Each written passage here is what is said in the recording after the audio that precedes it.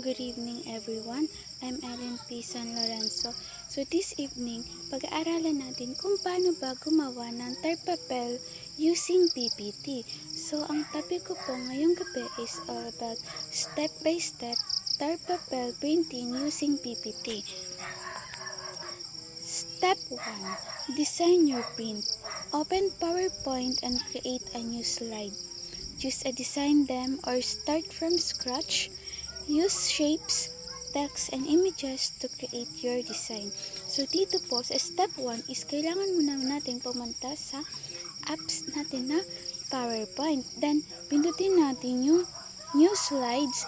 Then tayo nang bahala kung ano bang design ang gagamitin natin. Sa paglagay ng background is kung gusto nyong mas colorful or mas magandang background is pwede tayong mag-search sa Chrome or di kaya sa Google ng pwede nating gawing pang background. Then syempre tayo nang bahala kung ano ba yung lalagay nating mga text, images, and shapes sa pag-create natin ng design sa ating tire papel.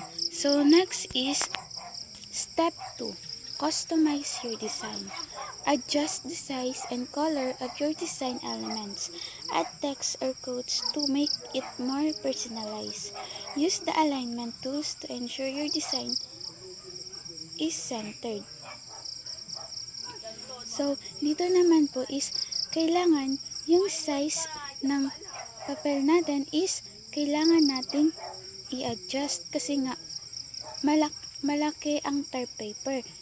And nasa sa atin po kung ilang papel ba or bond paper yung i-consume natin or gagamitin natin sa gagawin nating tire papel. The next is kailangan nating maglagay ng mga text and ensure natin yung alignment na gagamitin natin. Dapat yung alignment ng text natin or ng mga sentence na ilalagay natin sa tire papel is dapat naka-centered siya para maayos yung para maayos and magandang tingnan yung gagawin nating tire papel. So, next is step 3. Print your design. Go to the file menu and select print. Choose your printer and tire papel or paper type. Adjust the print setting as needed.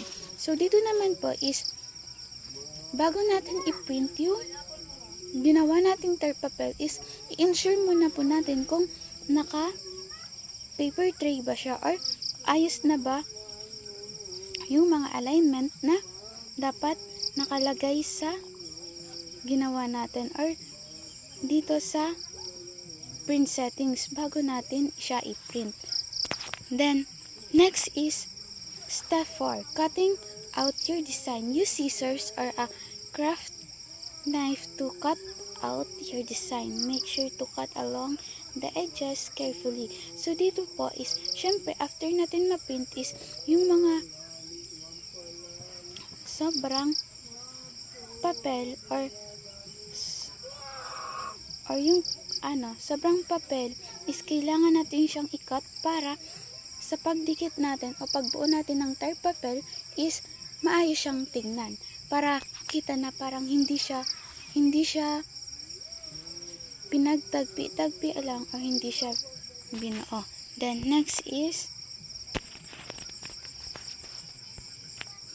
step 5. Apply your design. Peel off the packing from the trap papel. Apply the design to your desired surface. Smooth out any air bubbles or wrinkles. That's all po. Thank you for listening.